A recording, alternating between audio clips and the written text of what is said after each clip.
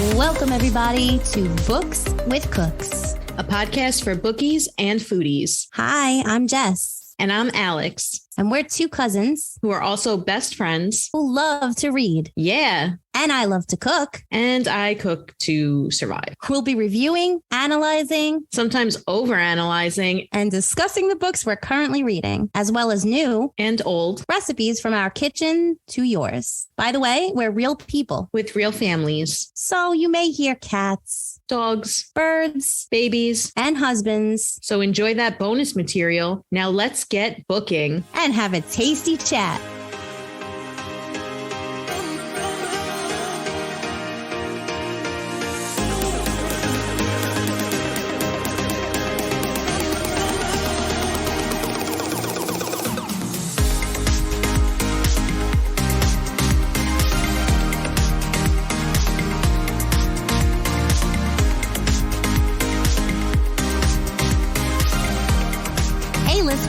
Stick around at the end of this episode for some bloopers and bonus content.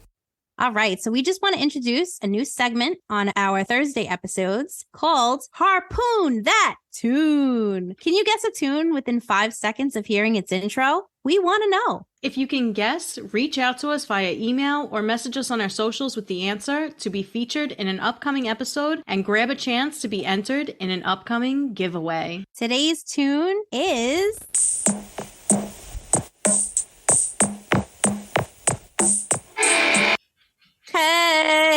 Hey, welcome back.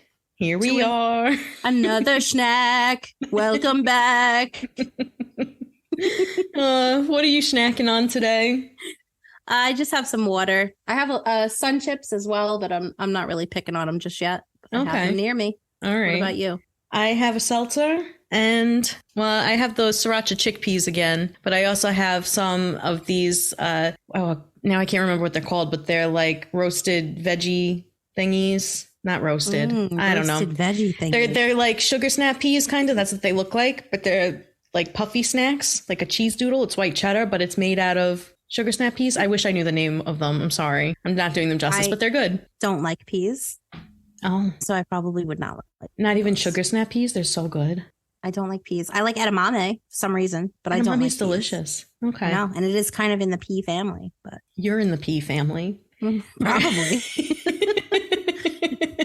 Most likely. Oh, man. Most likely.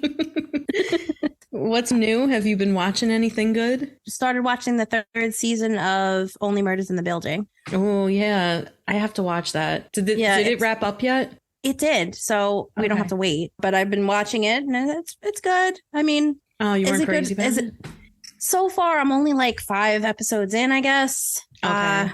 It's okay. It's not as good as the first season. The second season was okay too, to be honest. It was good, but the first season was the best. So we'll see. We'll see how it ends. This season has Meryl Streep in it, right? Yes. And I'm very suspicious of her because she's Meryl Streep. You know, why is she so good at acting? I don't understand. Woman was just born to be an actress. She's amazing. Yeah. Everything that she does, I'm like, this woman just puts her all into it. Yeah, she commits. She's the best. Nice. But I just don't trust her. She's untrustworthy on the show. And I'm just like, I don't know, because she could be like playing it to pretend like she is, but she's not bad. I don't know. I have my suspicions on her. Okay. But Paul Rudd is in it. Oh, really? He's not in it as not enough for me. I need more Paul Rudd because he's hilarious. Yeah. Does he play himself or he plays a character? He plays an actor who's like a narcissistic asshole. Okay. Yeah. He's hilarious, but he's not in it enough because he's the guy. Okay. But it's good. He's the guy. He doesn't age, Paul Rudd. I don't get it. Yeah. What's his deal? I don't know. He definitely had to have some type of deal. Do you remember that movie, Death Becomes Her? Some kind of deal. He's got some type of deal.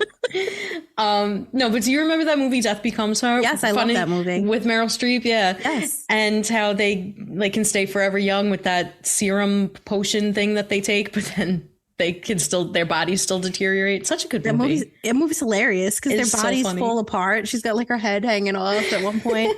Yeah. She never tells, the woman who sells the potions never tells them that like they could actually deteriorate, but they can't die. Yeah. It's so good when she has the giant hole in her stomach. Is that Goldie Hawn or is that? I know, she was like, oh. I haven't seen that movie in so long. There is a hole in my stomach. Yeah, I think it is Goldie Hawn. Yeah, and I think Bruce Willis plays their like boyfriend man that they like fight over. Boyfriend man that they fight over, and he's a plastic surgeon, so he keeps fixing them. And then he's like, "I'm sick of you," or he dies at one point. I think at some point he died. Not. No, he does. He dies at the end, and they're in the funeral in the back, and they have like all makeup on their like messed up skin and stuff. Yeah. Oh That's man, a good movie. I have to watch that movie. That's a good hot like October month movie. Yes, too. It's a perfect month for that. Yeah. I haven't seen that movie in years. Yeah, me either. Worth watching though. Definitely. It's in the 90s, right? It's a 90s play. Yeah, I think so. Yeah, they were all young in that. Yeah. All the good ones were in the 90s. So true. By the way, I saw a TikTok today. Remember how we were talking about how Disney movies were the best during the 90s? And this TikTok was basically talking about how the 90s had the best Disney movies. That's all. Yeah, it's accurate. They really did. Yeah. But so I know you don't watch it, but I've been watching Love is Blind season 5. And it's amazing. It is insane. It's unhinged, but I love it. Rob makes fun of me all the time. Yeah, because it's ridiculous. I watched the first season and after a while I was like, I can't do this. Why am I even watching this? It's amazing because for anybody that doesn't know the premise, basically they're trying to prove that love is blind. So they make people talk to each other between walls and get to know each other. And then they fall in love after, I don't know how much time they actually spend doing this, but it's like the course of a single episode. And by the end of that episode, they propose and they're going to they're supposed to get married within 3 weeks. And they're like, oh, I love you. I've never felt this connection with anyone. Oh, God. And then they always meet each other. And there's always at least one couple that you can tell. They're just like, oh, shit. I know I came on Love is Blind, but love's not blind. That dude's ugly or that girl is not my thing. But then they have to like live together and you see them going about their lives. And then you start to realize why these people need to try to find love through a wall, because they're all unhinged. They're crazy. They're very, very interesting people. And I just eat it up, Jess. I snack on it. Okay.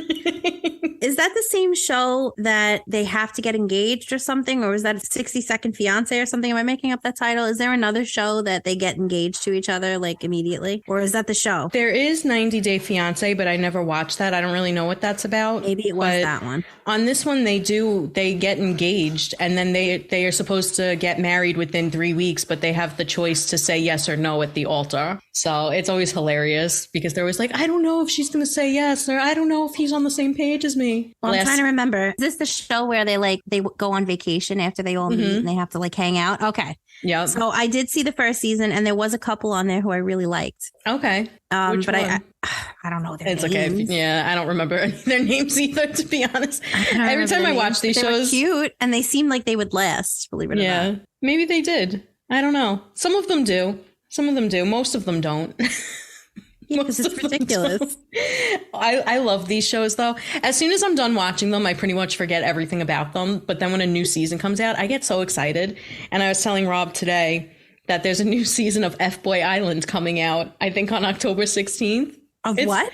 It's called F-Boy Island, and it's hosted by Nikki Glazer. And basically, they'll have these 3 girls, 2 or 3 girls, I don't remember, I think it's 3. And it's like a dating competition or whatever, and they have to decide if the guy that they're into is an F-boy or if they're a nice guy. And they have to try to, these are girls that have always had, bad luck with dating because they always go for these F-boys. And the F-boys, basically they win money at the end. And they have the choice of splitting it with their chosen partner. And then they expose themselves as either an F-boy or a nice guy. And then they can choose to either take all the money or split it or whatever. I don't know. It's this whole stupid thing, but it's amazing and I love it. It sounds ridiculous. It is. And I hate reality shows. All right. There would be people who would talk to me about like, because we live in New York. So people would automatically assume that I watch, what's the show? Jersey Shore. Oh, I never watched Jersey Shore.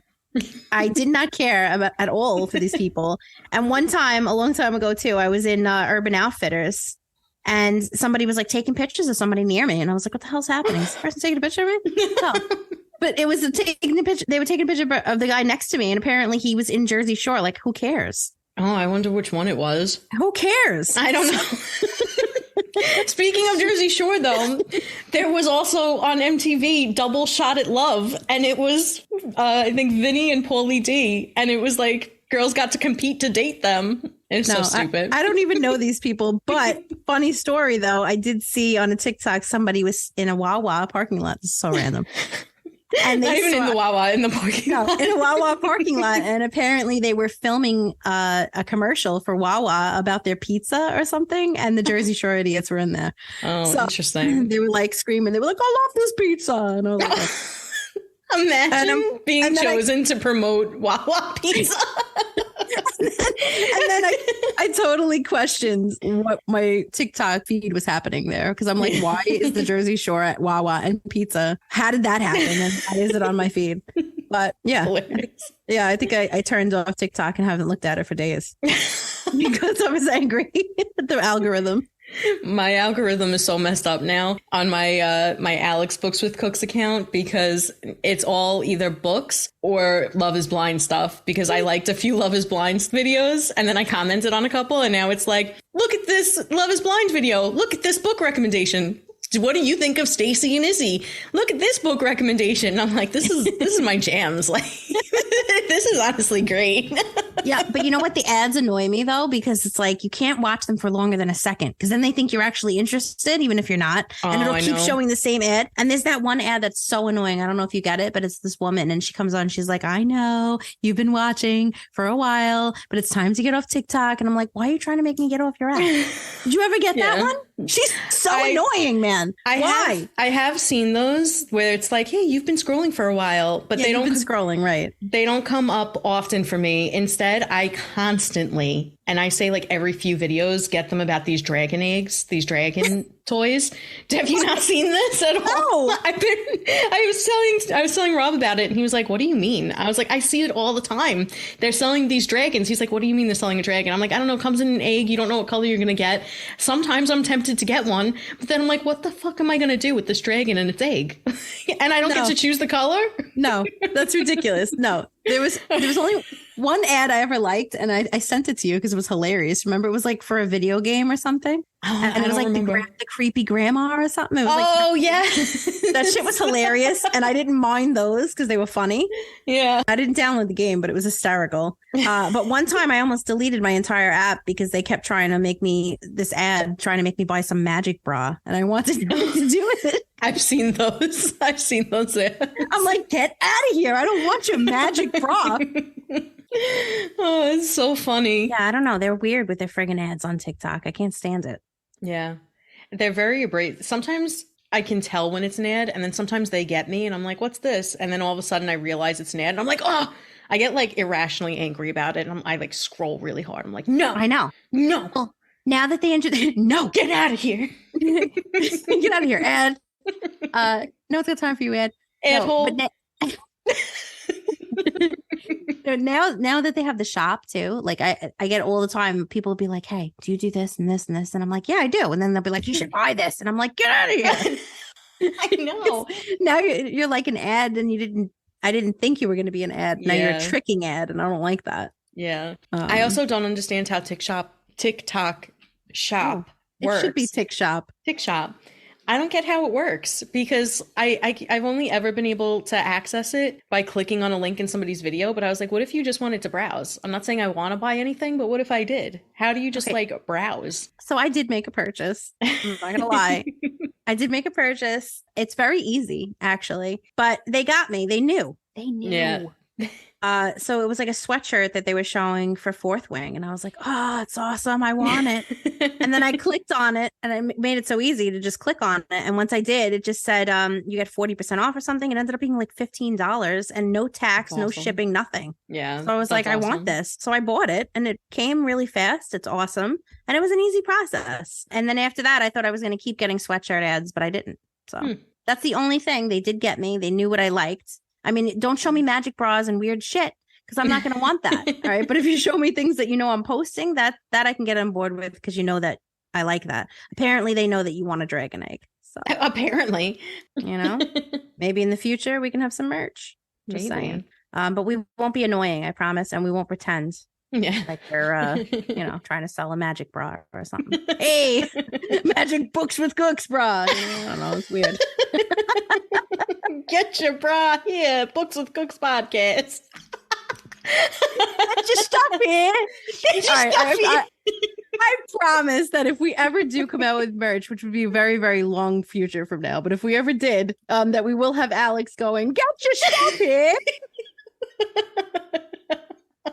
Because that is hysterical. I gotta wear like a page boy cap. Okay, then it makes it even better. I was picturing me with a top hat. Oh no, I was thinking like those like 1950s like newspaper boys. It's like get your news here, get your news here. No, is it just me? You weren't picturing me as a 10-year-old boy? No, I was not, you creep. Okay. But now I'm picturing your face on the game Paperboy for some reason. I don't even know what that is. Oh my God. Well, I'm not going to get into it. Okay. Proves my age. But anyway, yeah, Paperboy. Step right up. I was more into like because we just read Caraval. So I'm more into like the circus. Step right up, yeah. Come give us your duckins. Come on, come all to the Books with Cooks podcast hall. Oh my God. Get your stuff here. Oh, I love our little fictional merch shop. I know. Come one, come all. Step right up and get your stuff. Grandma says come get your stuff now. Grandma. It's Grandma. We sell everything from shirts to teeth. Come get it. Shirts to teeth. Get your Books with Cooks life alert button. Come for the books, stay for the dentures. Oh my God. I can't. On that note, let's please go to the word of the day. Let's please go to our word of the day. We had a good conversation. Okay. It's time for the word of the day. Remember that we encourage our listeners to use these words in your daily conversations and with us on our socials. Each word of the day will come from the Word a Day Vocabulary Workbook by Francine Puckley or Franny the Pucks. Follow the link in bio to get a copy for yourself. All right, Grandma here. No, just without further ado, today's word of the day is ossify, spelled O-S-S-I-F-Y, pronounced ossify. It's a verb that is defined as to harden or become bone-like, literally to change into a bone, often used to describe a rigidity of outlook or opinion. Literally changed into a bone and says that. That's hilarious. I don't know. For example, the creative team's concepts, which had originally seemed very promising, has ossified into a conventional set of ideas. Jess, can you come up with an example using ossify? Hi, it's me, Grandma. I hope my teeth don't ossify. Okay.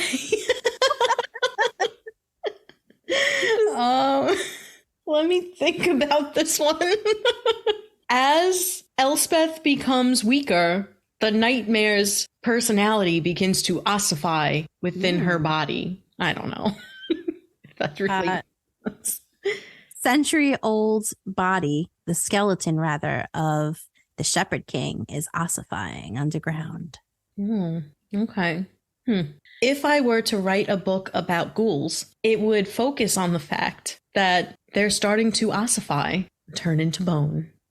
Don't shake your head at me. We will not be writing a book about bones. About bones. We will not be writing a book about ghouls. I feel like people want to read about ghouls. I'm going to kick you in your ghoul. Oh, all right, whatever. Here's some ossify. Here's some ossify. Here's some trivia about the word ossify. Most of the bones of the human skeleton begin as hyaline cartilage. and ossify into bony tissue, whatever that means. I'm not a biologist. It's very interesting. Not a biologist. All right, moving on. I know, I don't even have anything to say about that. No, Just like, okay, nothing. interesting. I'm speechless. So let's go to our speech series. Oh, there you go. Nice segue there. All right, so we like to enhance our speech here as well as try and enhance yours. So we're going to talk about Tommy the Heels, Tom Healer, the well-spoken thesaurus. We pulled some stuff out of there. And since we've already in the past did, instead of a little, you could say to some extent, I figured let's do a lot. So instead of saying a lot, you could say a great deal. So One Dark Window is such a great book. I really liked it a lot. Or One Great Book. Nice. One Dark Window is a great book. I liked it a great deal. Okay. Or I enjoyed it a great deal. I like it. I'm going to try to use that. Yeah. All right. So let's get into our rapid fire round of the day. Today, we're doing things you can't take on a business trip. We have 2 minutes on the clock. We have to say as many responses as we can within those 2 minutes. Are you ready for this? Oh, I'm ready. Let's do it. What aren't we bringing? 5, 4, 3, 2, 1. Things you can't bring on a business trip. Go. Your mistress. Your tiger. dog. Your cat. A tiger. A trumpet. A horse. Resignation letter. Kids. Yeah. A wreath. A wreath? Yeah. Well, maybe. What if you're crafting on this business trip? Well, what if I want to bring my tiger? I just said you can't bring your tiger. So you can't. How about a bird? Boy? A bird. Just tweet in the background. Tractor trailer? Yeah, definitely don't bring that. Don't bring a tractor trailer. Your Pokemon collection? Don't bring your ATV as well. Your Pokemon collection. Please don't bring that. Your hoverboard? Wow. Your surfboard. Don't bring your personality. Wow. No, that's awful. Your entire book collection. Wow. Yeah. You'd be way overweight when trying to check your bag. Yeah, definitely. Don't bring your squirrel. Okay. Don't bring your basketball hoop or your basketball. They don't like that. Don't bring your tricycle or your unicycle. Do not bring your unicycle ever. That's like rule number 1. Wait, your stuffed animal collection or your little bunny that you sleep with at night. Don't bring that. And don't even tell anyone about that. Don't bring all the pictures that you have of your whole life ever. Don't bring your fish tank. Yeah, please don't. That first of all, you're paying a lot of money to bring that on the plane. If you're going on a plane. Don't bring your records because no one has a record player anymore. I have a record player. Well, not at the office. They don't. All right, time's up. Okay. That was fun. All right. Yes, that was. And we could have said a lot more things because there's so many things you can't bring to a business. But yeah, definitely do not bring your unicycle. That is such rule number 1. Everyone knows that you don't bring your unicycle. Can you imagine like being in a business meeting and somebody like Frank over there is just on his unicycle in the clear windows, like you see him just trotting in on his unicycle. Trotting in on his unicycle. Can you imagine? That would be hilarious. Gosh, is Frank with his unicycle. Oh yeah. Fucking Frank, you know. But kudos to that guy Frank who can ride a unicycle because that seems kind of hard too. Lovable old Frank. Crazy old Maurice. Do you remember that from Beauty and the Beast? Yes, crazy. I know. I'm starting to have some appreciation for Gaston. Not because I like him because he's a good person or anything, just because he's hilarious. Because he's hilarious.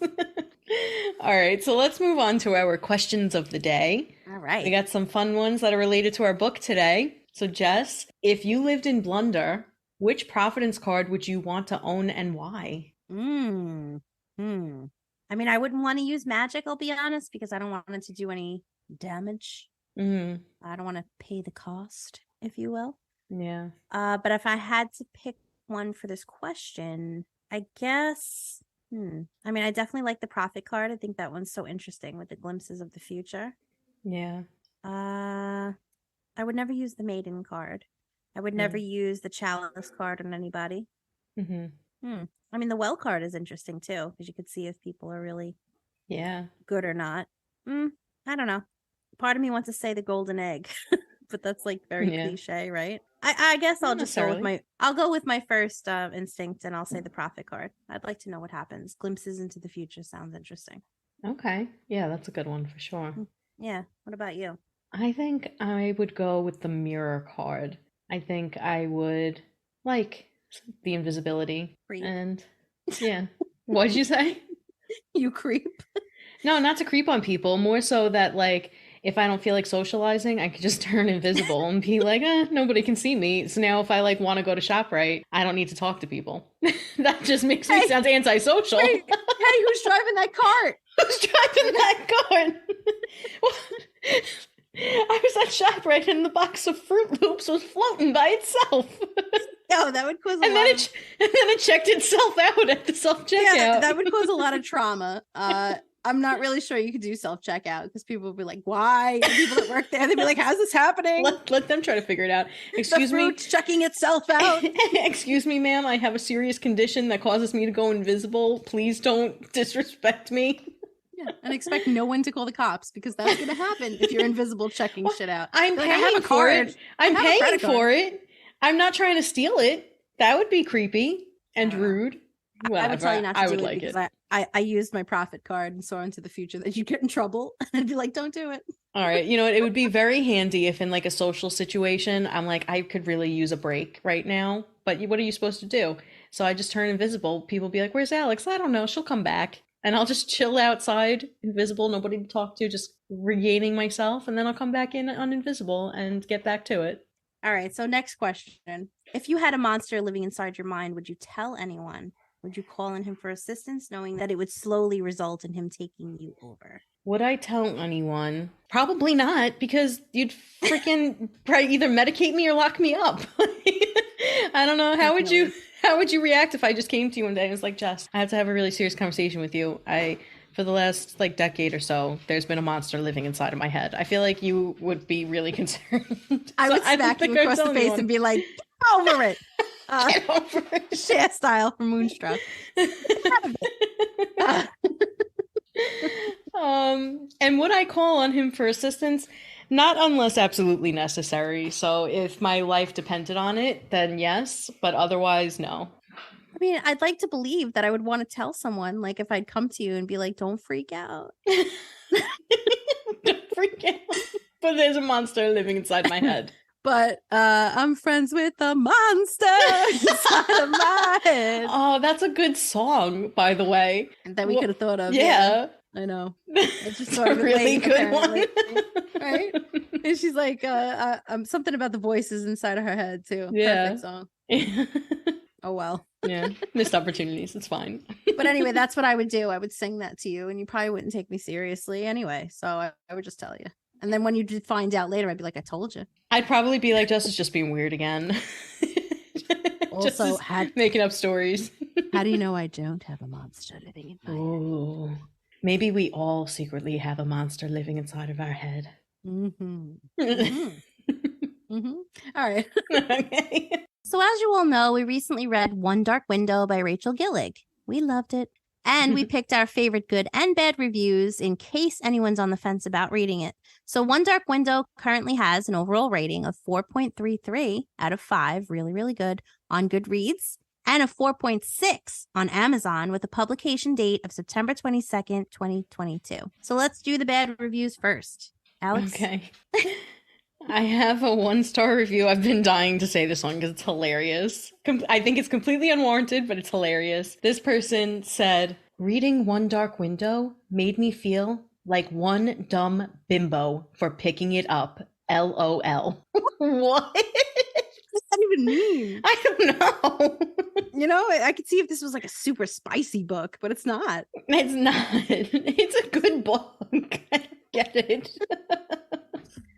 Pretty funny though. Yeah. I will say. I was dying reading that. Mine is, I'd give it 0 stars if I could. It's a savage. The protagonist and love interest are limp noodles. There's no underlying narrative to the book besides vibes, and it can't even do that right. I didn't have high expectations on how the book would handle the infection as a sort of in-work marginalization, besides the bad prince being mustache twirly evil, hateful of people with the infection, and also sexist. Shepherd King managed to feel like an ass pull out of nowhere. What? Like, what was even the point of this story? Would have loved if the ass pull twist was actually Elspeth was the spirit of the wood or whatever, and she and the nightmare become one. Ha ha ha, LOL. Like, bro, they did do that. How fun would that be? Homegirl is going to collect the Goth Cottage Core Clo cards to cure something. The one thing I did find entertaining was the in-world exclamation akin to OMG or Oh Gods as trees. LOL. Take that as you will. Okay. A lot to unpack there. Does this person know that there's going to be a sequel? Like, maybe that will come to fruition. Dude, this person didn't even read like past 70% of the book because she does become. I know. They do come together and she's like, how cool would that be? Some ass pull. What the hell does ass pull even mean? I've never heard that expression in my life. And she used it twice. Come on. Also, mustache twirly evil made me giggle. So yeah, that was a good review. So let's move on to the good reviews. Okay. What do you got for us? All right. So I had a 5-star review. This person said, trees, this damn book. This book is the reminder why I love reading fantasy books so much. I had many expectations from this after seeing so many 5-star reviews, and they all proved right. I'm surprised that this is Rachel's debut novel because this was a fantastic book. I'll be reading whatever books she decides to write in the future. Honestly, same girl. I might have written this. She took the thoughts out of my head. I agree. I feel the same way. Definitely. All right. So I have 2 that are out of control. Okay. They're very short. So both 5 stars. One says, this book is entirely an obsession and I am clawing at the floor for the next one. Awesome. Visualization. Rachel Gillig, I think you wrote this one. No, I just thought it was really cool. It kind of fit well with the novel. Yeah. Speaking of cool, the next one's out of control. Okay. All right. This person wrote, holy fucks and snacks. What? What an amazing debut novel. Super cool. Super cool. That's why I kept saying super cool in the last episode. I just kept thinking of this. But holy fucks and snacks. I'm sorry, but I'm gonna say fucks and snacks all the time. Like this, I don't know if this was just like they just typed something in the keyboard, but it's amazing. Okay. Also, it could be it's FKSNSNKAKS, so it's also cax at the end. So it might be fucks and cax. I don't know. It's hilarious. It's insane. So whoever wrote that, I love you and I love your energy. Okay.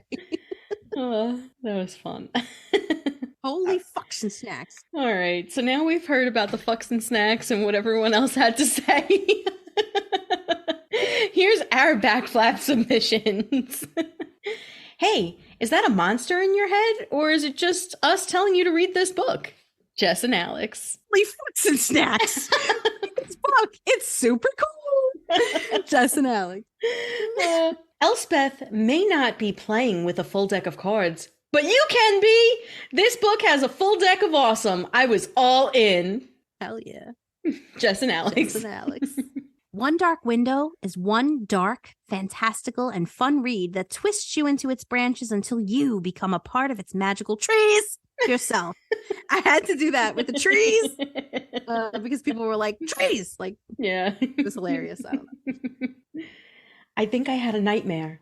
Nah, it was just the monster in my head.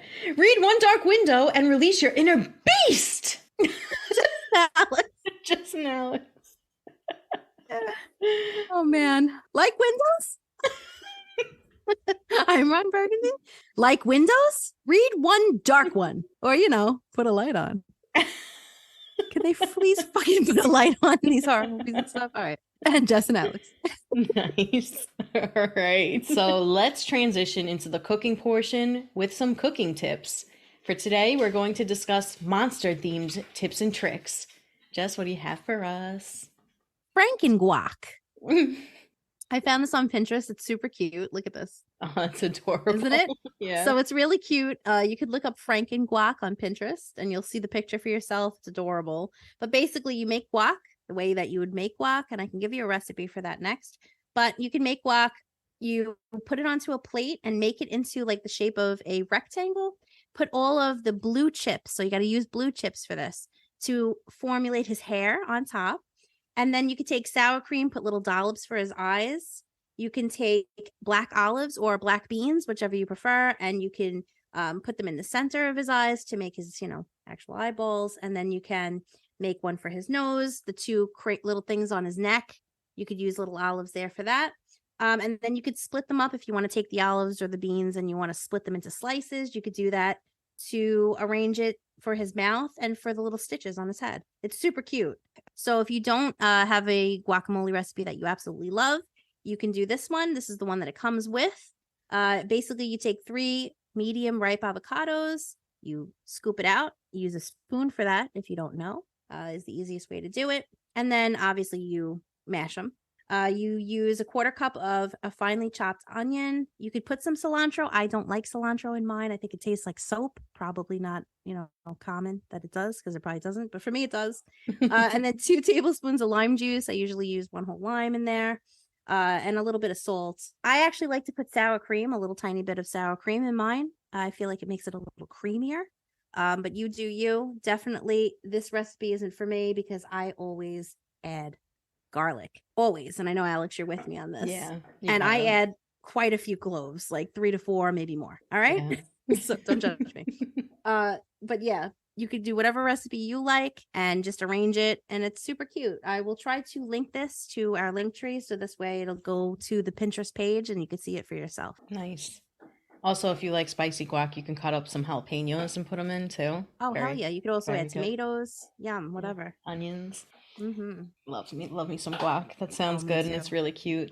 It is. All right, so my monster snack or tip and trick is, if you're going to a party, these are super easy to make, and they're always a crowd pleaser because not only do they taste good, but they're so fun to look at and to make as well. So they're witch finger cookies. I did get the recipe online. I made these a couple of times a few years ago. I got it from the simplygood.com website. All you're going to do, it's kind of like a butter cookie almost, but you're going to use a cup of unsalted butter, a cup of powdered sugar, an egg, 1 teaspoon of almond extract and 1 teaspoon of vanilla extract, 2 3/4 cups of all-purpose flour, 1 teaspoon of baking powder, 1 teaspoon of salt, 3/4 cup whole blanched almonds, and then you can use green food coloring or you can leave them. I like to leave out the food coloring, so I just make them regular color. It kind of looks more like a finger. And then this also suggests using a tube of red decorator gel, but I use raspberry jam instead because I don't like that gel stuff. Yeah. So you basically just beat together everything. You can add in the food coloring if you want to. That's totally up to you. You're going to cover it and then put it in the refrigerator for 30 minutes. Then you're going to take it out and about a tablespoon at a time, roll them into like a little log kind of, and then kind of shape it into what looks like a finger. You can make it kind of knobbly so it looks more like a witch's finger, add some indents where the knuckles would be, and then you're going to cook them for 20 to 25 minutes, let cool for about 3 minutes, and then you're going to, you put the almond on where the nail is, by the way, and then when you take it out, you lift up the almond, put in the jam, put it back down. I also like to put some jam on other parts of the finger and at the bottom so it makes it look like it was like severed. But they're really cute and they're really tasty too. So yeah. Yeah, I love when you make those. I've had them before a couple times that you made them, and they're delicious. So fun. Yeah. I feel like they'd be fun to make with kids too, because it's kind of like a fun thing to make. Yeah, that's a good idea. Jax loves butter cookies, so maybe I'll try making them for him. Yeah. See if he likes them. Hey, eat this severed finger, kid. Want a witch's finger? You can be like, Mommy, no. Oh man. So do you have a tip for monster treats that you find works well for you? If so, send us an email or reach out to us on our socials. We'd love to hear from you, and we'd love to hear what you make. And if we test out your suggestions, we'll credit you, and we'll discuss the outcome in the future. Yeah. So as you may recall, on Tuesday, we introduced the ingredient of the week, which was eggs, inspired by Jesper's breakfast at U Manor. We were each supposed to make something using that ingredient, so now we'll review the outcome. Alex, what did you make? All right, so I have a recipe. These are super easy to make, and they're great for meal prep. And it's basically just eggs in a muffin pan. So what I do is you take 12 eggs, you beat them in a bowl. You can add salt and pepper to taste, and then you put in you don't have to put in a wrapper or anything, but you're going to want to grease the muffin pan a little bit, and then you pour them in about 3/4 of the way, and then you can fill it with whatever fillings you want. So I like to do zucchini with a little bit of cheese, or onions, or zucchini and onions. You can also do spinach and feta. You can do tomatoes. You really can do whatever you want. You put bacon or ham if you want it to have meat in it. But basically, however you like your eggs, you just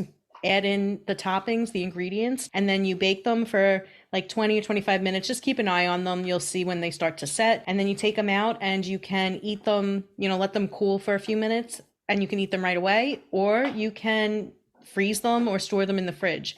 So they're a really quick, easy go-to breakfast. They have a lot of protein. And like I said, if you're into meal prep and you don't want to be cooking every morning, they're really good for kids. You could do it once a week, have one, or two a day, depending on, your age and also how many people are having them. Nice. Yeah. I love making those too. Jackson loves them. Yeah, they're amazing. And you can add anything to them, Yeah. anything you have. So I like to make Mediterranean ones. I'll do like kalamala olives. I'll put a little bit of feta cheese, a little bit of spinach, like baby spinach in there. And you won't like this part, but cherry tomatoes crushed up. Yeah. But It sounds good delish. without the tomatoes. Yes, it's very good. I got this recipe a long time ago from Clean and Delicious. She's on YouTube. She has a lot of really good clean recipes, healthy stuff, and I really love this. And I have brought it to people's houses and parties and stuff, and it's pretty much a hit. So this is something super easy you could whip up together also in like a half hour and have dinner on the table. So it's cauliflower rice with frozen veggies, really. But instead of having frozen veggies or veggies with rice, you could have it with cauliflower rice. So it's a little better on the calories. And a lot of times too, if I'm giving this to my son, he doesn't realize it's not rice and he's getting extra veggies in there. So you can make it literally in like 20 minutes. All you really need is you could do 2 eggs and a half a cup of egg whites, or you can do maybe like 4 eggs if you don't want to do the egg whites. But you fry them up in a pan, basically how you would make scrambled eggs. You just do that, you put them to the side, and then after that, you have another pot, and you're going to put in there 2 teaspoons of sesame oil, a half a chopped onion, 2 garlic cloves, also chopped, a teaspoon of grated ginger. You could use regular ginger that you have in your, spice cabinet, or you can actually grate fresh ginger. I've done both, and I think it tastes the same, to be honest. So if you have ginger in your spice cabinet, just use that. 2 cups of frozen mixed veggies. So I like the bag that I forgot what it's called, but it's like that little blue bag. You can really put them in the microwave if you wanted to, but instead it's like at the peas, the corn, the carrot, green beans, that one. I just pour the mixture on the stove. I add a half of red bell pepper, also chopped, and then I put in the cauliflower rice. So it's about maybe 4 cups. You could buy it pre-cut already at the store and just put that whole thing in, or you can chop it up yourself. But it's a lot easier to just get it already, pre-made into cauliflower rice. So this way it's less to do. And then when you're mixing that up and you're letting everything cook, you put about like 3 to 4 tablespoons of soy sauce. Sodium free is what I use. And then you just, leave the cover on the pot and let it like cook for a while. You can keep mixing it, but it takes about maybe like 15 minutes. And then once that's done, you can add a couple of like scallions or something on top. You can add some peanuts if you add a little crunch to it. Add the eggs into it, mix it all up, and yum, you got yourself a meal. And you could even use it as a side dish, but if you want to eat it yourself, honestly, it's like very little calories because of the cauliflower, and it's really good for you. So it tastes pretty good too. So you could be creative with it. There's also something called seaweed salt or something. I've bought it on Amazon, and I sprinkle that on top, and that gives it a nice little crunch and flavor and some added nutrition benefits as well. So have fun with it. Awesome. Yeah, it is very good. I think you were talking about maybe the bird's eye. Yes, bird's eye. Thank you. Okay, yeah. I couldn't think for a second. I was like, I know what it looks like. I was going to say it at the time, but I was like, I think it's bird something. And then I've been thinking about it this whole time. And it finally came to me. Yeah, it's that simple little bag. You just pour Yeah. that right in and boom, you have your meal to go. So yeah, it's fun. Yeah. It's an easy whenever I have to do like something quick. It's Yeah. good and everybody likes it in my Yeah. house. And it is. It's healthy too. Do you have a yummy recipe using eggs? If you do, send us an email or reach out to us on our socials. We may test out your suggestion, and if we do, we'll credit you and discuss the outcome in the future. So send in those suggestions. We'd love to hear from you. All right. So now is our segment to judge a thing. So let's Yay. start with judge a book by its cover. I know we're not supposed to judge a book by its cover, but in this game, we're literally supposed to judge a book by its cover. So we're going to pick a book that the other person hasn't read, hopefully, and each person has to guess what that book is about solely on the cover. So, Alex, what do you got for me? All right. So I have Saint Anything by Sarah Dessen. So it's a pretty simplistic cover. It's all blue, and in the center there's a Merry-go-round? dark band with a merry-go-round. Yeah, a carousel. A dark band? A dark band's like it's black in the middle instead of blue. Sorry. I see. And the carousel looks like it's illuminated. Saint Anything. Okay. I have no idea. Okay. So I'm going to say, because this has a merry-go-round, so this is going to be about something that just keeps going around and around, but not literally a merry-go-round. Saint Anything. I'm going to say that this is a fiction. It's not a fantasy. It's a fiction. I'm going to say this is about Saint Anything. All right, this is about a really bad guy and he wants to be good. So he wants to be a saint of anything, really, because he's just not a saint. He's a bad person. And his life just keeps going around and around and around. And that's why there's the dark band there, because he feels like he's constricted, like a rubber band that goes in your hair. It's constricting. And he wants, I don't know. He wants to be a horse that gets off this merry-go-round. Okay. And be a better person. That's what I'm going with that. Okay. There you go. So I don't know why this cover has a merry-go-round. I can't remember if there's a merry-go-round in the book, but it has nothing to do with it. This is a YA contemporary fiction, kind of a romance, and it's basically about this teenage girl who she kind of has a troubled home life, just that she kind of feels overlooked. Her brother's always kind of the person getting the attention in the family, and now he's just been in a drunk driving accident. It ended up crippling someone. He could be facing some type of jail time, and she just kind of starts questioning her place in her family. It's just, there's a lot of strain in the family. So she ends up meeting this other family, and she gets really drawn to them because they are really chaotic, but they're really close, and she becomes really close with them. She develops a romance with one of the teenage boys, and it's kind of about comparing and contrasting the two different family units. There is a lot of development between her and her family, and then her and this new family. It was a cute book. I read this many years ago. Honestly, I don't remember what I rated it. And if I had to guess, it would probably be a 4. But it was cute. It's very YA. I think I read it when I was in my early 20s. But it was cute. Not about a man trying to be a saint of anything. All right, here's my book. It's called The Night and Its Moon. And on the cover, it has what looks like a moon, maybe like a half moon crescent that's gold, and it's pointed upside down. And there is two hands actually on each side reaching out to one another. And it looks like maybe feathers underneath. So, The Night and Its Moon. Okay. That's a really pretty cover. I like all the contrasts too. There's like a white hand. Oh, is there feathers? I thought those two were hands. Yeah, there's a white hand and a black hand reaching out to each other. Okay. With the crescent moon, a gold one upside down, and feathers underneath, if you could see. Yeah. Okay. Yeah. Huh. All right. So I don't know what genre this is. I know I'm going to be way off, so I'm just going to go fantasy.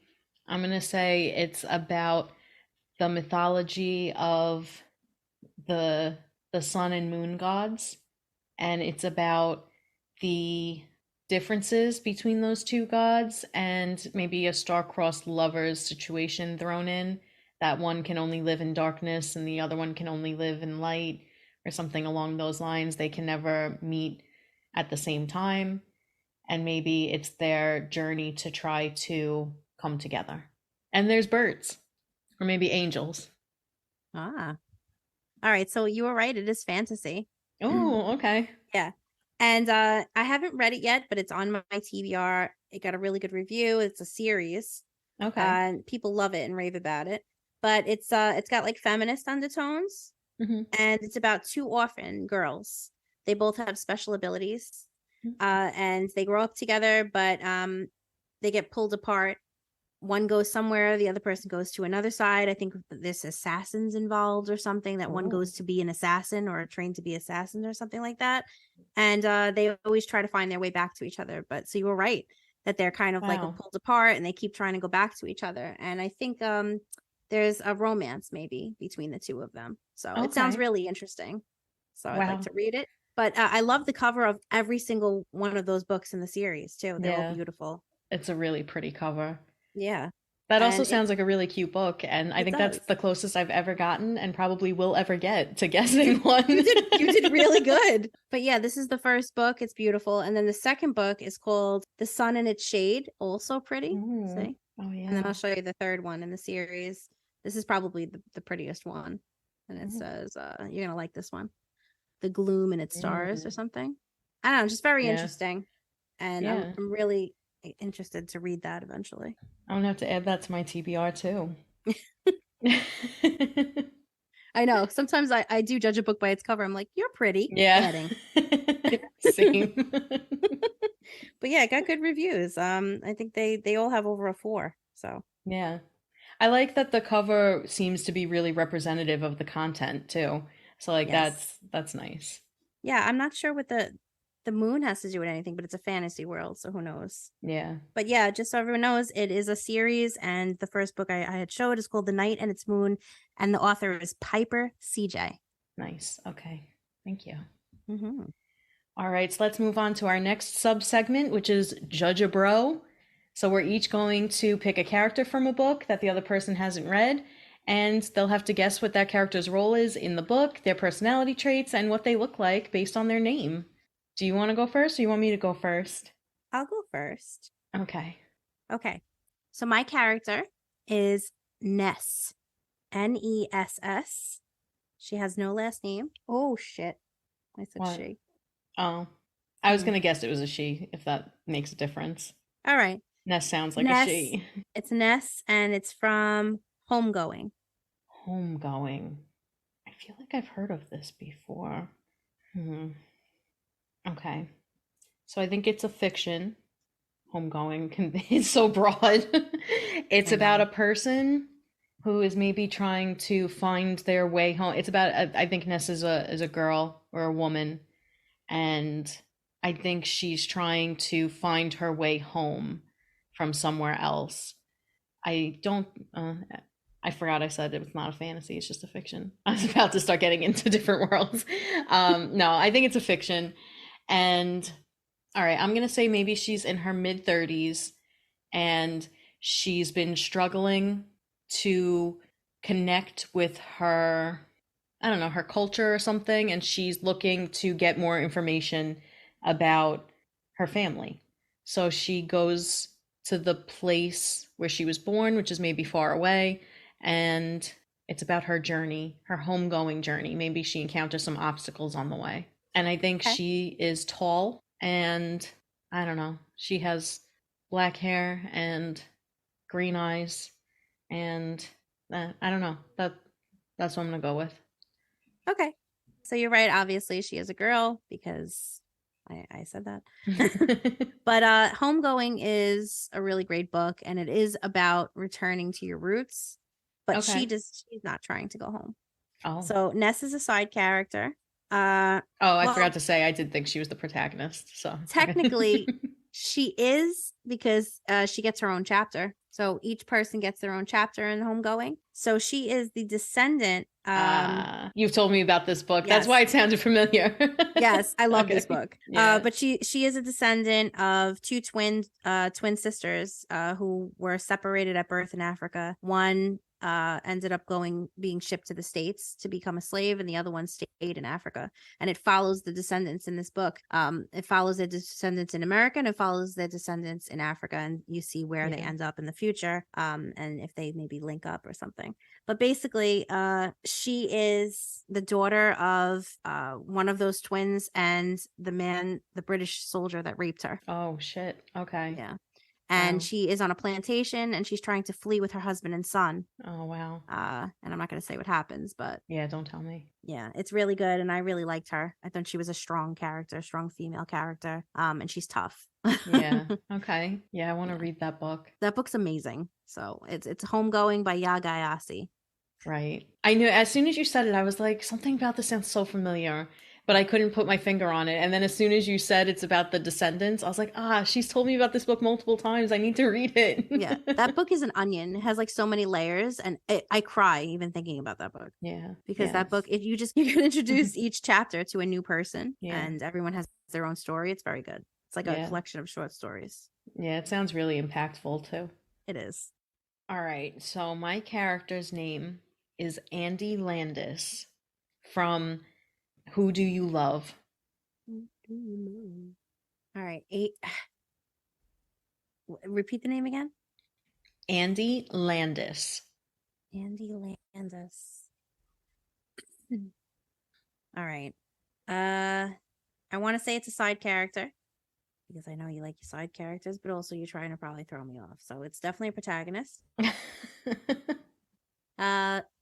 It's a guy, Andy, but it could be a girl because Andy could be a girl's name too, like in A Good Girl's Guide to Murder. I'm going to say it is a girl because she'd probably try to throw me off with the name. Okay. Okay, so what's the book called again? Who Do You Love? Who do you love? All right. So I'm going to say that this is a romance. I'm going to say that Andy is in a love triangle with two guys, or maybe a guy and a girl. She's trying to figure out who she wants to be with, and she's trying to figure out who she loves. Yeah, and I'm going to say that one of those love interests is somebody that she knows for a very long time, whereas the other person is someone that she met recently, and she's trying to decide between the two. Okay. Do you want to talk about looks or anything? Looks? She has red hair, kind eyes. And she's kind of like, I don't know, boho. She's a boho chick. Okay. All right. So this is a romance, and Andy is one of two protagonists, but he is a man. Oh, and damn it. I was like, she's giving me too much credit. Like I'm sitting here like twisting my mustache, like, oh, I'm going to get You're her. evil. Yes, your mustache twirly. But yeah, so this book is basically, it spans the duration of about 3 decades or so, and it follows Andy and this girl Rachel. They meet when they're kids. They're both in the ER, and then it kind of follows them throughout their lives. They come together and separate. At one point they date when they're teenagers, and then they break up, and then they get back together later on. They kind of go back and forth a few times. They end up marrying other people, getting divorced, things like that. And he is very athletic. He's very tall. He's, I believe, African American in the book, and he is like supposed to be one of the greatest runners of his generation. And she's like a very privileged girl who grew up in Florida. He grew up in Philly with a single mom. They just kind of come from different worlds. It was okay. I actually didn't love this book. I think I gave it 2 stars. I read it shortly after it came out in 2015 because it's by the same author, Jennifer Weiner, who wrote In Her Shoes. And I love that movie. And I love that book. Yeah. I didn't read the book, but I love the movie. Yeah. The book was different than the movie, but they were both good in their own ways. And I was like, oh, I'll read her new book. And I didn't really like this book. It kind of just fell flat for me. I didn't think there was a lot of character development for a book that was like mostly about characters. I don't know. Maybe I was just younger at the time too, so maybe I'd like it more now, but yeah. Was In Her Shoes good? The book? Yeah, I liked it. It was definitely different. Like there's some big differences in the plot from the movie, but both still really good. Hmm. All right. I didn't even know it was a book. I have to look into it. So I Yeah. really do like that movie a lot. I know, it's so good. It is. All right. Now for the last part of this segment, judge a tit. Just kidding. Judge a title. We always say that though. It's funny. And so we're each going to give each other a title alone, and figure out if we can figure out the genre, what the book's about. So let's do this. All right. All right. What do you got for me? All right. My book title is Modern Romance. Modern Romance. Oh, this sounds like that book I want to read. Isn't it like a good girl's guide to modern romance or something? No, it's just Modern Romance. No, I know. It sounds like that. Oh. Okay. Modern Romance. Again, I feel like you're trying to trick me because it sounds like romance. I'm going to say that this is fantasy, like a dark fantasy. I'm going to say that it's about vampires. Hmm. And I'm going to say that this is done in a modern way. So this is maybe like a human and a vampire, or some kind of vampire and some other type of creature. And it's modern because it's unique and different. I'm going to say it's definitely some kind of vampire world. I'm going to say that this book you probably liked, and it was probably way better than Twilight. And I mean, it doesn't take much. Oh, that sucks. But I'm going to say that this is it's maybe it's even YA. No, Okay. definitely not YA. Just a fantasy book about vampires and love, but a different, unique type of way, modernized. Okay. So, no, this is actually a nonfiction book Wow. by Aziz Ansari. Oh my God, no way. I would have never Yes. guessed this. Okay, so it is a nonfiction by Aziz Ansari, and it's basically about he works with a sociologist, and they are looking into how dating and romance has changed in the modern world, and they look into the use of technology, but they also look at other factors as well that impact our dating lives. It was really interesting and funny at the same time. I really recommend this book. It was really interesting to read. Sounds good. Yeah. I was really like taken aback because I was like, when I first saw that he was writing a book, I was so excited. I was like, this is gonna be hilarious, like Mindy Kaling's book. And it was funny, but it was also really interesting. I was like, oh my God, he's over here being a scientist now. Like, what can't he do? I like him, so I would definitely pick that up. Yeah. Well, not vampires. So. No. All right. So you ready for the thing? I'm ready. Okay. My book is called Fable. Fable. Okay. All right. I'm going to say it's a science fiction book about fables that people are told that keep them acting a certain way in society. And our protagonist finds out that these fables are just made up by the leaders of this society. And she starts to fight back with a group of rebels. Wow. I like that. I would read that. But no. Yeah, I didn't think so. I can tell. I know I tell from the look on your face. You're just like laughing at me. Like, if she only knew. I will really, really, really want to read this book. This is it's YA, but it's a dark fantasy. Okay. And it's I was gonna guess fantasy at first too. Yeah, Damn. It's on Reese Witherspoon's book list. But it's about a daughter who has magical abilities, the daughter of like a powerful trader. She's stranded on an island that she wants off of. She's trying desperately to get out of there. And she does leave on a trading ship. And I heard that there's like underwater action. It's supposed to be really awesome. So like a lot that. of the book takes place on the sea and in the sea. And it's supposed to have really compelling characters and be awesome. So, I mean, you were close with the sci-fi. I don't know about fables being told, but maybe it's woven in there. I don't know because I didn't read it yet. Okay. But I will say that it sounds really cool. So no, but yes. It's called Fable by Adrienne Young. And I have to show you, and I advise everyone else to go look as well, what the cover looks like, because apparently it has a second book as well. And they connect to each other. So one book is Okay. half of a woman's face, and the second book is the second half of her face. Okay, that's cool. Look at Oh, that. yeah. Isn't that cool? So the first book is called Fables, second is called Namesake, and this is her face. Yeah, that's cool. I know, but it sounds really interesting. So I would like to check that out. Yeah. Okay. And we'll add that to the laundry list of books because I want to read every book in the world. Yeah, So. I know. I just added that and The Moon in Its Shade to my list. Homegoing's already on it. Right, yeah. Forget it. So all right. I there we definitely want to go. read Aziz Ansari's book too. I didn't even know he had a book. Yeah. It was really I saw good. him live and he was hilarious. Yeah. Oh, I didn't get to see him, but I would love to. He's hilarious. He was hysterical, yeah. Yeah. I'm not disappointed. I think that show he had on Netflix was supposed to be based on like the research he did for this book. Oh, really? Remember he had that show? It didn't, I think it only lasted like 1 or 2 seasons. I don't remember.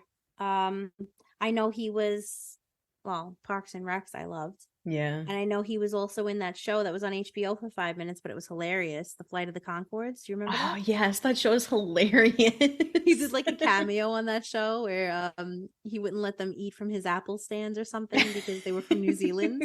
Flight of the Conchords was hysterical. And Yeah. I'm pretty sure I seen them live too. I did. Really? So, That's amazing. yeah. That's really fun. All right, let's get into our game for today. Let's do it. All right, so for this week's game, we're going to battle with magic cards. And not that nerdy magic game. We're talking magic cards like in One Dark Window. In One Dark Window, the characters can wield magic using one of 12 magic cards. So we're going to use a random scenario generator at codebeautify.org/random-scenario-generator, which will set the scene for us. But there's a twist, Jess.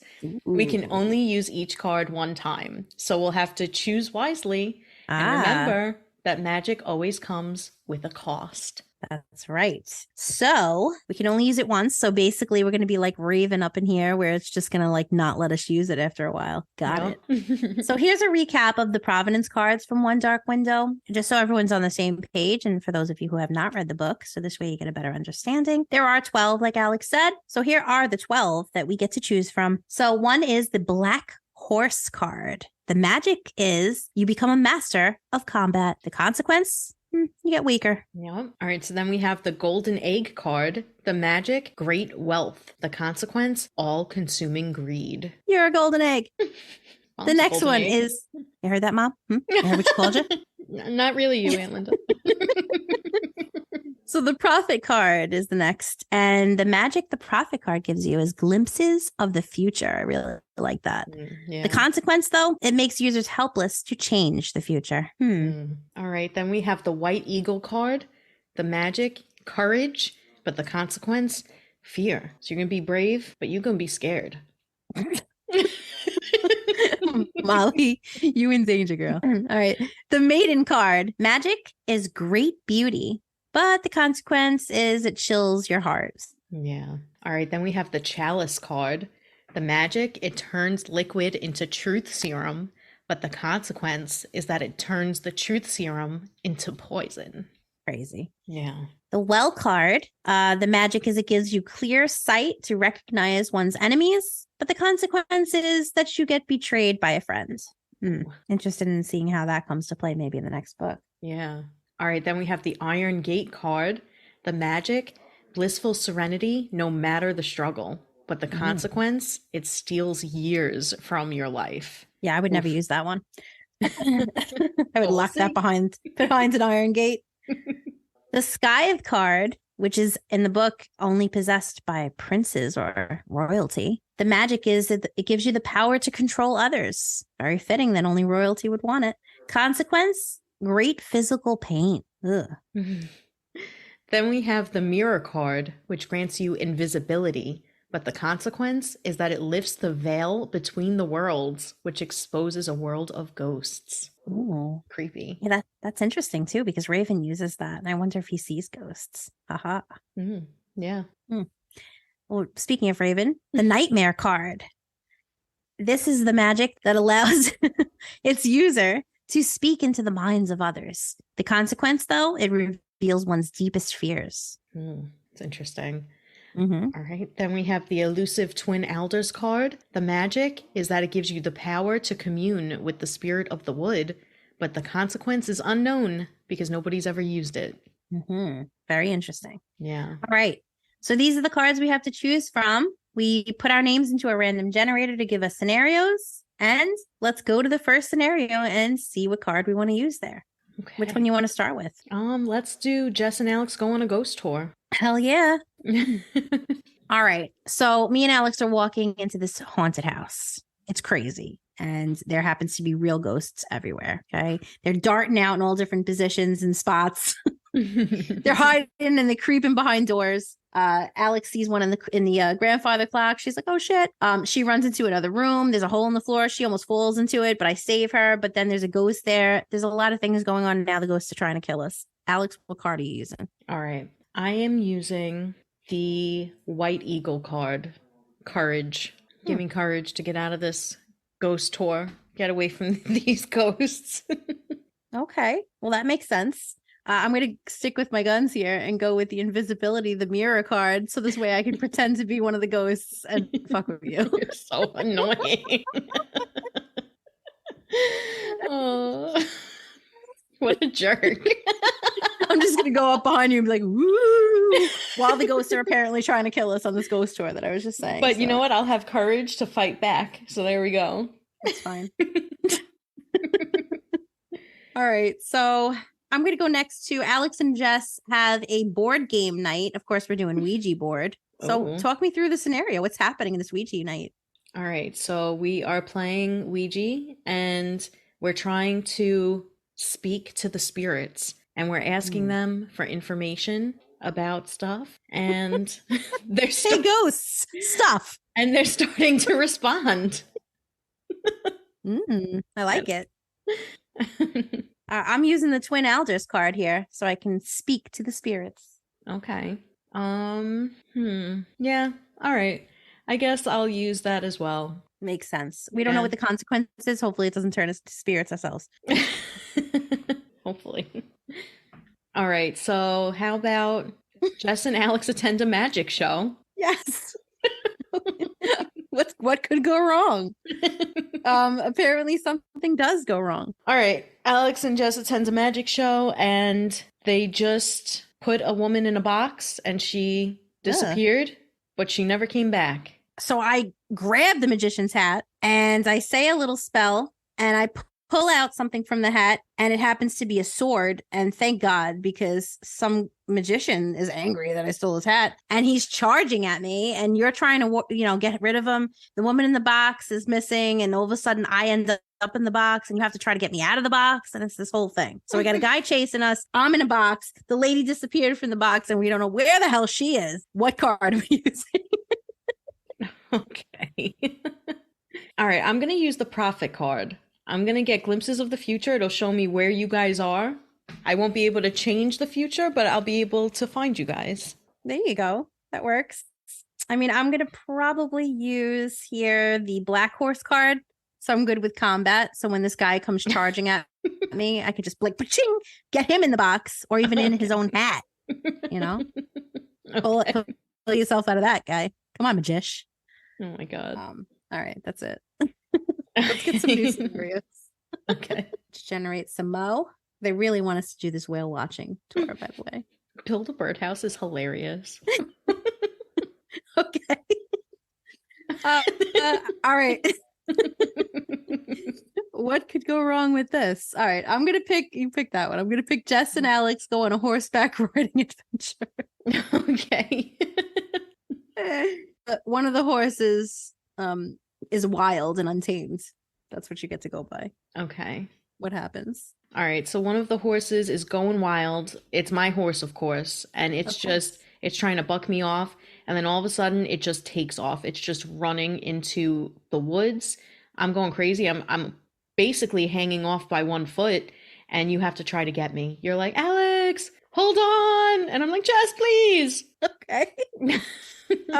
Well, I'm going to use the Iron Gate card. So this way I get blissful serenity no matter the struggle. And this way the horse will chill out and you'll be saved. Okay. What are you using in this dangerous scenario for yourself? I don't know. Do you think the Scythe card would work on horses? I don't know. It doesn't say.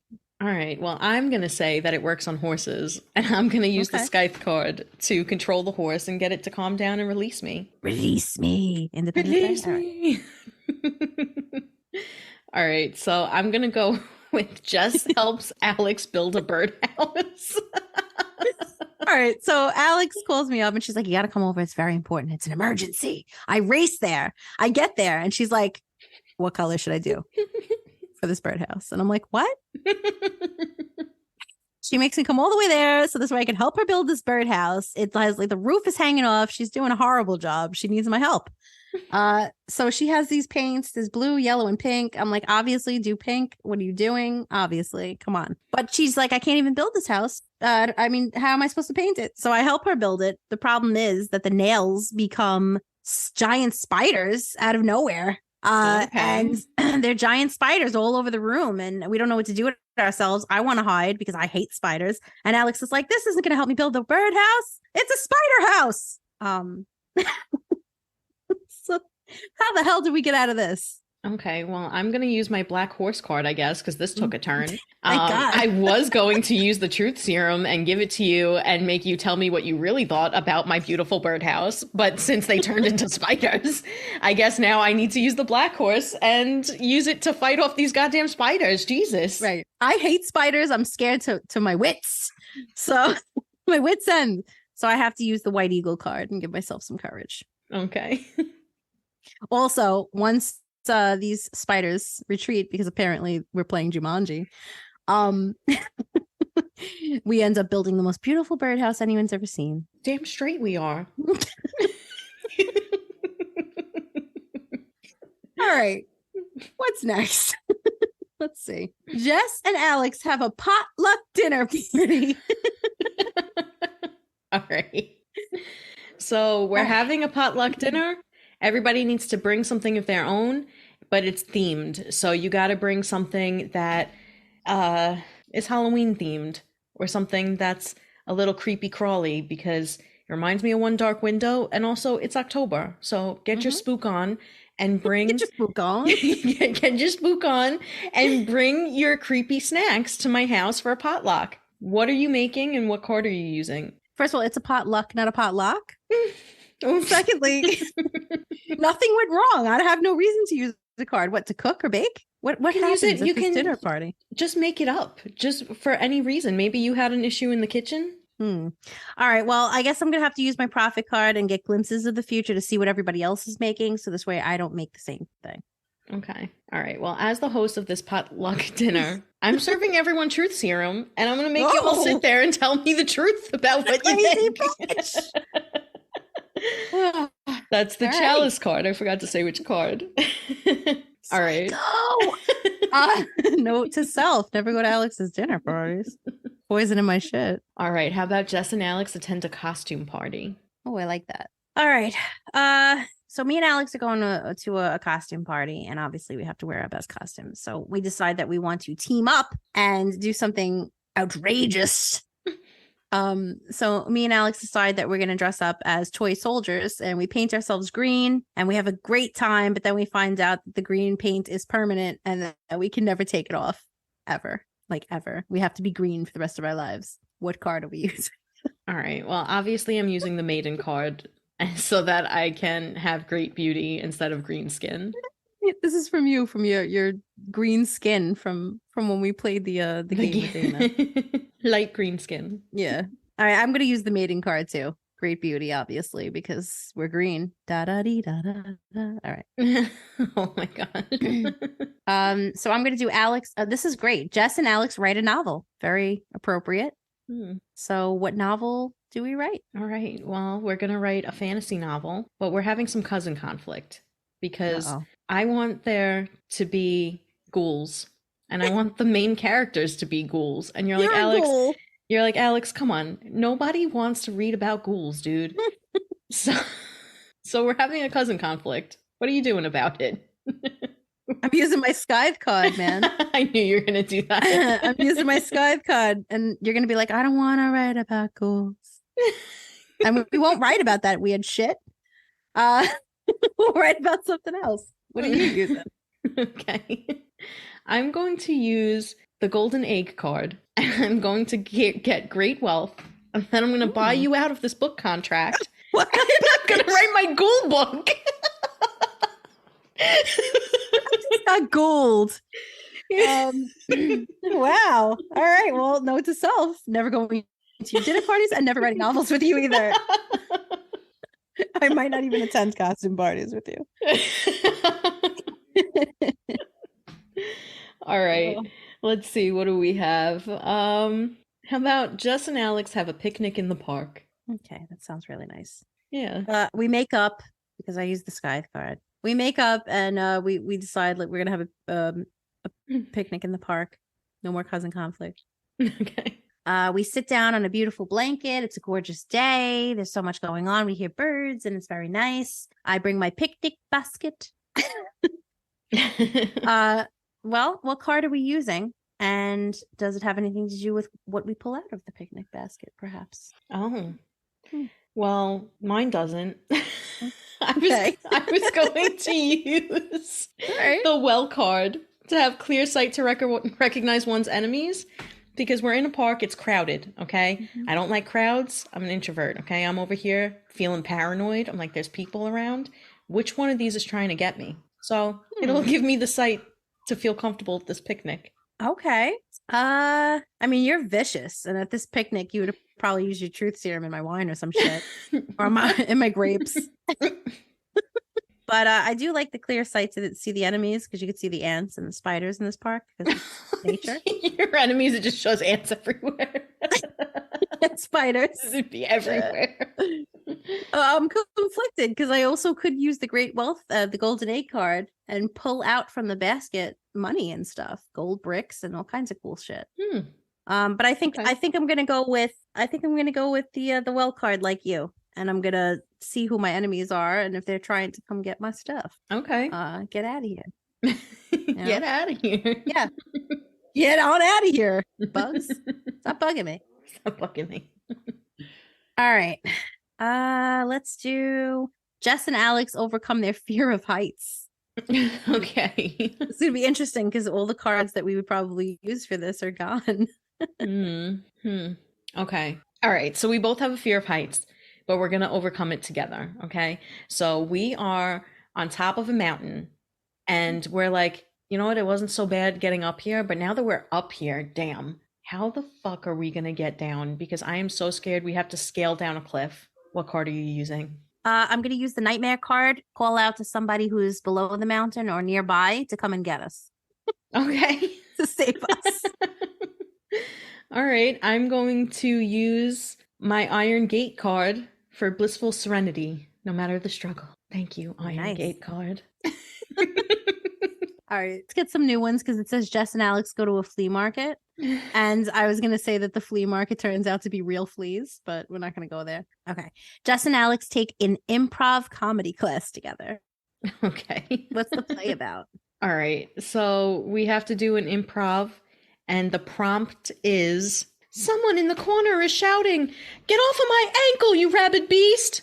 And then we have to come up with a scene based on that.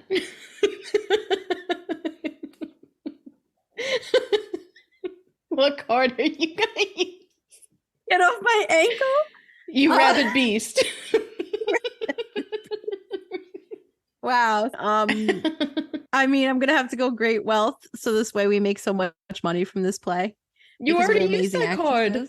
No, I didn't. Oh no, I you're never right. used You're the right. Great wealth card. I'm sorry. You're right. Yeah, golden egg. I'm using my golden egg. Okay. All right. So for this one, I'm gonna use the nightmare card because I can talk into your mind and be like, "Hey, let's make it about this," and then we'll have the best improv ever because we're not really improving.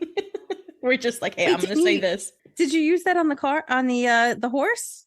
No. I use the Scythe card on the horse. Oh, right. Okay. To control it. Yeah. Very, very good. All right. Should be the last one, right? One card left. Yep. I have one card to save them all. I have my mirror card. What do you have left? I have the chalice. The chalice. Oh, okay. This is going to be interesting. Yeah. Too bad we can't have it automatically generate for us. I know. Let's do this way so it's fair. Let's do a rando. And choose the first one? Yep. The first one that comes up on the left. Set, go. Okay. Jess and Alex go on a fishing trip. This actually works perfectly for me.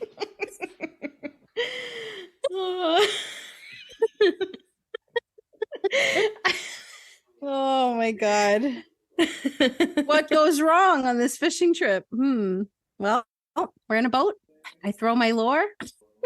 And what do you know, on the hook is the biggest monster in the sea, the Loch Ness monster.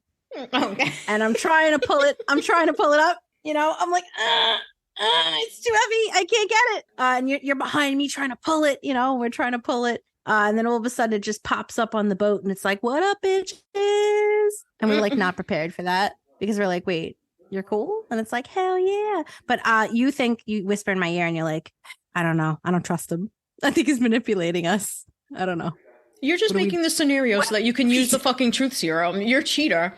Anyway, this is what I was going to do. I was going to make myself invisible on this fishing trip, jump into the body of water and catch all the fish I want because they can't see me. They don't know I'm there. And I'm just going to catch them and I'm going to have a delightful dinner. In the situation with the Loch Ness monster, I'm still turning invisible. I'm swimming away. He can't catch me. Fine.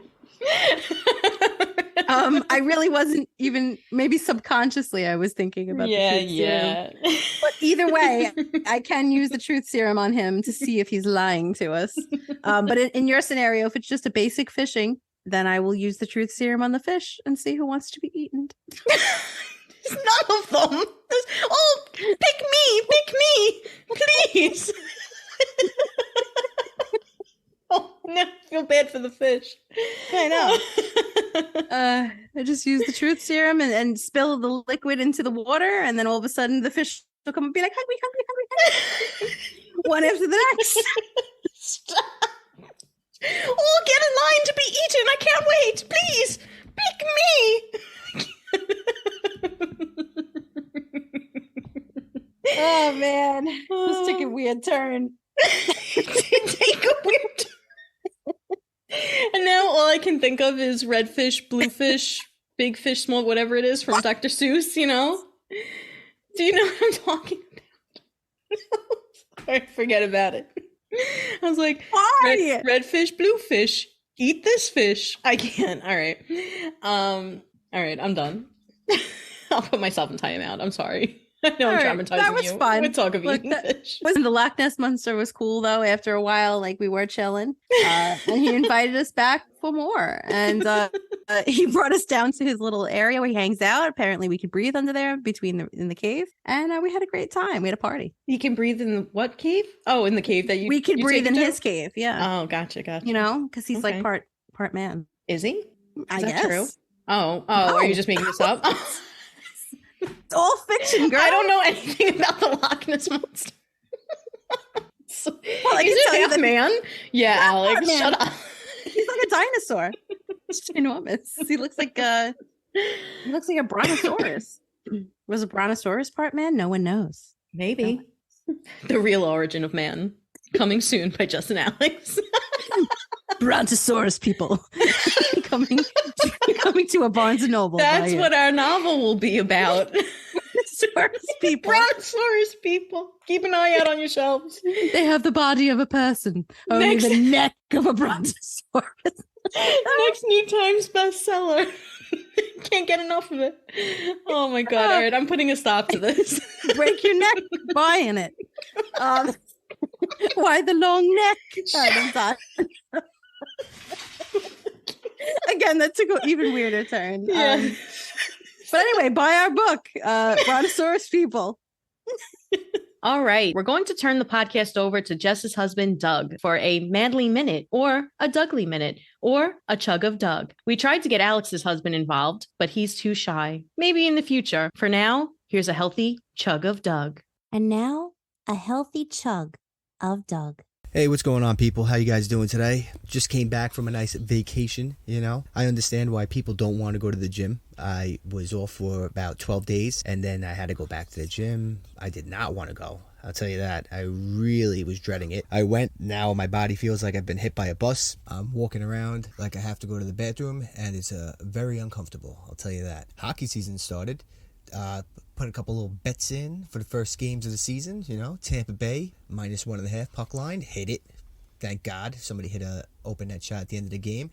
And then here is a key to betting hockey: always take the Stanley Cup champion to win by 2 first game of the season, because if you watch the beginning of those games, those crowds are going nuts. Those players are amped. It's a guarantee.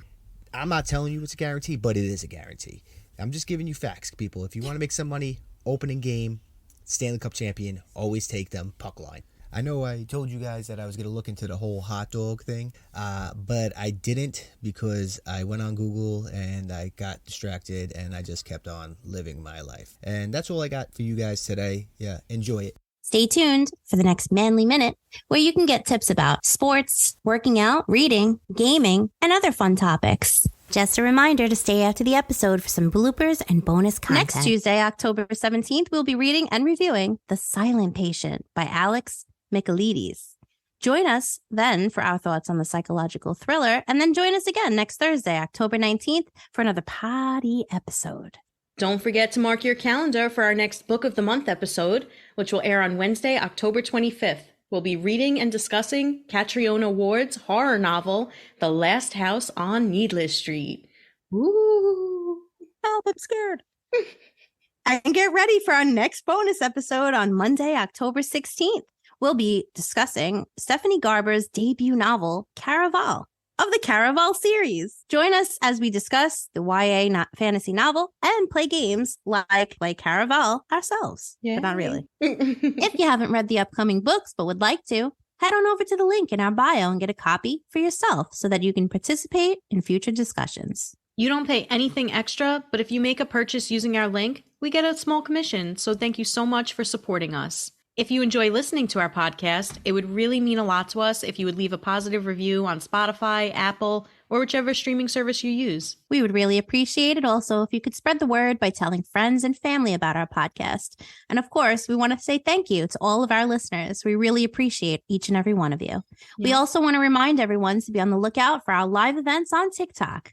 Yep, we'll be doing some live events soon, and we will post upcoming dates on our socials. If you're just tuning in, this is what you can expect from our podcast.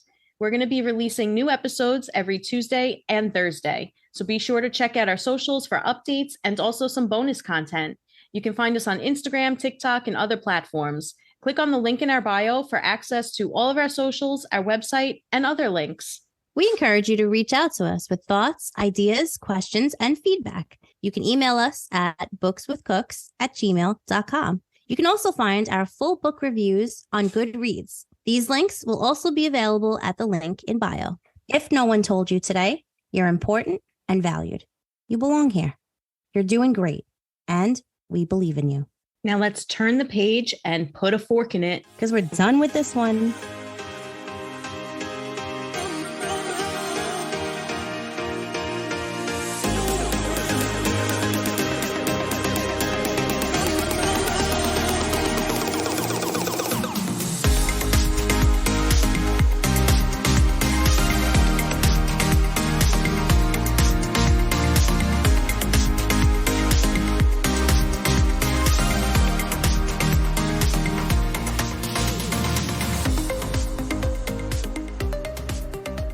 Tuesday, October.